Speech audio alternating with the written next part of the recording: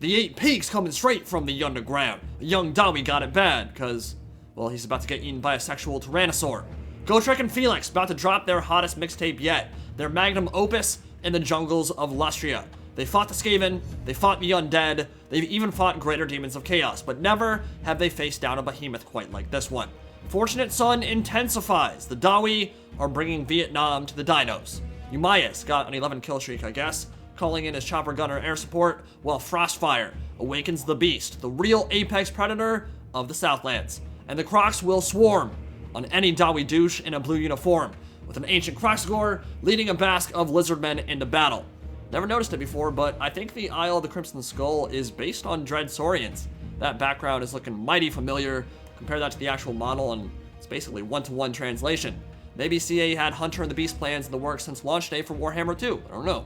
But today, it's Dwarfs and Lizardmen, and time for the infamous duo to get their hands dirty once again. Gotrek, Felix, and a Rune Lord, and you know what their game plan is. They're going to goon up together, they're going to beat down some dinos, and Felix will give them all regen, while that Master Rune Lord uses his Master Rune of Wrath and Ruin and slows anything that gets anywhere near his army down by 72%. And we've got defensive geometry. No Slayers. That role will be completely covered by the Air Force. 4 gyrocopters with brimstone guns, and their newly acquired 15 bonus first large. They're going to sit on top of dinos and pump them full of piping hot lead, which might be a problem for the Lizardmen, because the only answer they have to that is Manticore summons from the Lore of Beasts. It's a full-on rush army for Frostfire. Kroxigor Ancient, doing the stanky leg with monstrous strength and miasma of despair, gets his bonus versus infantry up to 41, and his melee attack up to 90 against infantry-sized targets, which, as you might expect, is pretty invaluable against Dawi. 3 Kroxigors are going to be their main killing power, or at least a big chunk of it anyway. Very good against infantry, and for 1,000 gold, they've got some missile resist. They can wade in and beat the crap out of all that stuff, and Bunchasaurus, cohort of Sotek, and some Horned Ones stalking through the trees at the moment, ready to ambush straight from the forest and get on top of that cannon crew and kill the miners in the back. Now, generally speaking, Dread Saurian against gunpowder factions isn't a very good idea, and that's exactly why it can be a good idea. We saw Falcon do it in the Everchosen against Vampire Coast. We're gonna see Frostfire try it here. If it's bad in a matchup, people won't expect it. If people don't expect it, then they might not bring the tools necessary to bring it down easily. One thing they can deal with very effectively, though, are the Kroxigors themselves. The gyros will be unimpeded as they fly overhead and begin chunking down the dinos on the way in, and already, Master Rune of Wrath and Ruin slowing them down. They can't move, they're basically moving at infantry speed, and the gyros have free targets to plunk into them, and with 4 of those helicopters up in the air, 4 units of them, I mean, yeah, it's not going to take very long for a Kroxigor unit to melt away. That is the power of bonus versus large gyros. Actual mobile artillery. They will make you sad, and the flight of the Valkyries will sing thee to thy rest. Warriors of Dragonfire Pass getting Leo Messied punted on the way in, and Horned Ones striking from the shadows into the unprotected flank of exposed Longbeards. Going for a ride on the Clever Girl Express, and they're going to feel that one. Charge defense against large, rather useless when not facing the target, and when they get struck in the rear, I mean, they're can openers. They're going to shred that entire flank. And perhaps more importantly, the Dread Saurian got in untouched, happily traipsing its way through hordes of armored infantry. Not much they can do to it at the moment. He's going to own that entire side of the battlefield unless Gotrek and the Rune Lord can get on target. And even then, not an easy monster to bring down. Ancient Kroxigor and his Krox buddies in the center, strike and oppose young blood, surrounded by napalm, but it matters not. They're going to be able to chunk through the infantry and start getting into the squishy stuff in the rear. So the opening stages of this battle, definitely going the way of the Lizardmen. They got the Dread Saurian in untouched. Yes, they did lose a Kroxigor, but I would say so far this is pretty heavily leaning in their favor. It's going to come down to Gotrek, Felix, and what that goon squad can do against all these monsters. Good blasting charges coming in, but the Horned Ones are already beginning to shut down the ranged stuff in the back. And the cannon crew has also been shut down by transformation of Kadan. Gotrek, though, he's not one to go down without a fight. Spinning attack, gonna slice the head off of Kroxigor, bring it down, and that might just be what the doctor ordered. In combination with those brimstone guns, Gotrek and this HQ can do a serious amount of work, and I like what Eumaeus is doing here. I think it's a good idea. You throw your command center into the middle of a bunch of monstrous infantry, bring the gyros over, and then just focus the crap out of all those big dinos. The Dread Saurian, though, has been given free reign so far. Still has about 3/4 of his HP pool left. Now that he's stomping over, this could get ugly. But it could get a little bit awkward for the Dread Saurian, too. We've seen that it has some issues focusing down the right target, especially when a lot of other random infantry is thrown in for good measure. So if it's not able to chunk down Gotrek, then they could start racking up some damage on it. And there's no healing. There's no apotheosis. There's no regrowth for the Lizardmen in this battle. And Frostfire has done a very good job of getting the Horde ones and that transformation of Kadon Manticore on top of the artillery crew, who just terror routed. They do have health left. They will come back, but that was pretty nice. Kroxigor Ancient is just going to start sighting through this infantry. I mean, 90 melee attack versus any infantry-sized target when that monster strength is active. He's got plus 41 bonus versus infantry, which is absolutely disgusting. And now that he's chunked through the first ranks, he's going to get into the second and just turn into a tornado, a cyclone of death. Man, that is brutal. That was a lot of dead Dawi. And almost immediately, these dwarf miners are going to start fear routing in the face of the Saurus and the Kroxigor Ancient, who I think at this point is one of the most cost-effective and best anti-infantry blender lords in the game. I mean, he's seriously a beast. Dread Saurian starting to feel a little bit isolated out on this flank. Still has more than half HP. Gyros look like they're focus firing down the Horde ones, though, not the Dread Saurian. I like that. I think the Horde ones have a bit more mobility and are probably a bit more of a threat at the moment because they can strike anywhere on the battlefield, where the Dread Saurian is a little bit slower, more lumbering, a gorgeous Master Rune of Wrath and Ruin, minus 72% charge speed and speed in general. They're moving like molasses in January, and they're getting sided apart by all that Brimstone gun fire. They're going to be gone, and I think Mias will be able to run them off the map. So Horde ones are done, but they made a pretty big impact this battle. They shut down the artillery crew. They got some good kills on the Longbeards and the miners. They were far from useless that battle, but it's a 1,500 gold unit. Doesn't feel great when you lose it.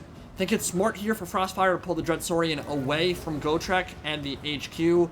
They've been beasting it up, and they dealt with all those Kroxigors pretty efficiently. But now we've got both sides, both flanks. It looks like the Lizardmen won on the left flank, the Dwarfs won on the right, and they're going to collapse in and start smashing. Football style, round 2, fight. Finish him. Dread Saurian leading the charge into the throng.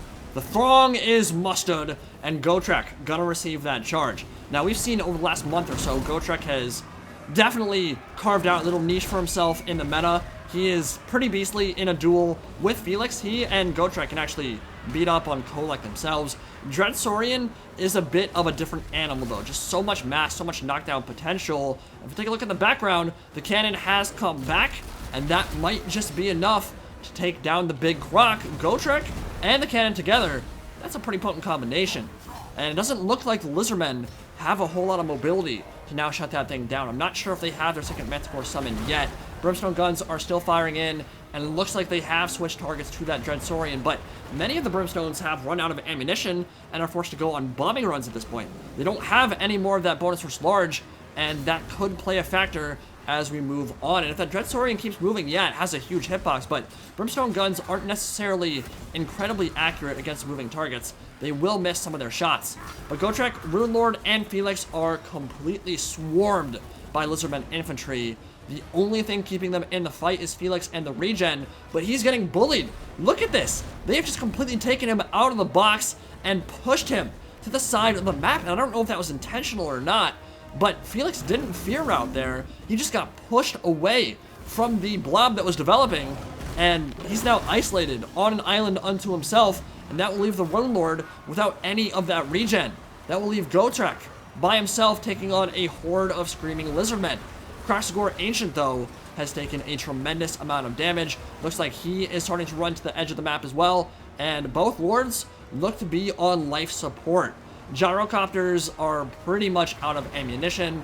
Yeah, they're going to have to use their bombing runs and melee prowess, which is not incredibly effective, but it is good in terms of the mass, and they can certainly run down that Kroxigor Ancient and make sure he never comes back. Gotrek is still beasting it up, though. The Doomslayer getting in there, telling these reptiles, you're big. That means you have big guts. Rip and tear until it is done. I don't know if Heroic Fortitude has procced on him. His HP bar is getting real low, and the gyros are making sure the Kroxigor Ancient does not return. And I think a transformation of Kadan, the Manticore, did run off the artillery crew. I don't know if they're going to be able to get back on their guns, but if they can, that'd be huge, because the Dread Saurian is still a big old problem. Felix just got completely bullied. Gotrek was not able to help him out, and is just slobbering all over the pretty-haired blonde boy. And he's running to the edge of the map. He just shattered. He is going to live, but barely. 100 HP, all that's left on that dude. Saurus are beginning to rout, though, as the Doomslayer returns to shift the tide, but will it be enough? They're running on fumes at this point. Things are looking kind of bad for Eumaeus. The helicopters, the gyros, are all that remain besides a sliver of HP on Gotrek, and he will face down his greatest challenge yet. The Dread Saurian, one attack, and he did a double attack. That is not a very common animation, but when it goes off and both attacks actually hit, it can melt anything. It's 750 weapon strength, proccing twice in the span of about a second, and Gotrek died. Gotrek is done. Look at the bounce bar, super heavily in the favor of the Lizardmen, and that might have just put the nail in the coffin for the Dawi. That was kind of unlucky, to be honest. I guess a single entity like that getting knocked over where you normally will have that knockdown resistance, that's crazy that Gotrek got one shot by that attack, but the cannon crew has returned, and they are waiting to get back on those guns, and the Dread Saurian, it is maybe artificially inflating that bar, that balance bar a little bit, because it doesn't have a lot of health left, and if they can sneakily get back on the guns and fire 1 or 2 shots in, it might be enough to bring down the big monster. But the infantry is a huge issue. There's a lot left for the Lizardmen. There's Saurus, the cohort of Sotek, more Saurus, and they're all surrounding that Dread Saurian, which will make it really hard for any of these melee troops to deal any damage whatsoever. And the gyros, they can't afford to land in and amongst those big monsters and the infantry, but they're gonna try anyway, I guess just trying to cause some kind of rout. And oh my god, a flank attack, a rear attack might just be enough to get it out of the box, and it does. It just broke. Eumaeus is bringing this one back, and the cannon crew lining up yet another shot on that sexual Tyrannosaur. Saurus is desperately trying to get into melee before they have the opportunity to fire again. Cold-blooded, gonna give that Dread Saurian plus 16 leadership and try to make it rally, but if they can't get rid of the gyros, then that means that it will just run it off the map and it won't have a chance to return. So that's huge. Warriors Dragonfire Pass got smushed by the Kroxigors early on in this engagement, but now they have the opportunity to make their flaming weapons thrive, and they're going to carve through Saurus pretty easily, especially when backed up by charges from blasting charges and by the Gyrocopters themselves. And yeah, that will be another rout, more infantry for the Lizardmen dead. They're running, and it's coming down to the Laura Beastcaster, the Saurus, and the cohort of Sotek, who are trying desperately to make sure the Gyrocopters get away from their Dread Saurian. If it can return, it might be enough to shift the tides, but that's a lot of full-strength gyros, and even though this balance bar says it's about even, I don't know if the Lizardmen have what it takes to deal with all those Gyrocopters, especially if the Dread Saurian does not come back and they can't catch up to it. And that's pretty much going to be your game. I think Frostfire has lost his ability to win this game, and I think he's just going to end up conceding here. Yeah, the Dread Saurian's just gone. It's gone. There's no way to bring it back at this point. And so they're going to have their pick of the litter. The artillery is back online. And yeah, concede comes in, and that's going to be the end of the battle. And there were a couple crucial moments there. That artillery crew was unbelievably heroic. They got routed off by Transformation of Kadan multiple times, at least twice.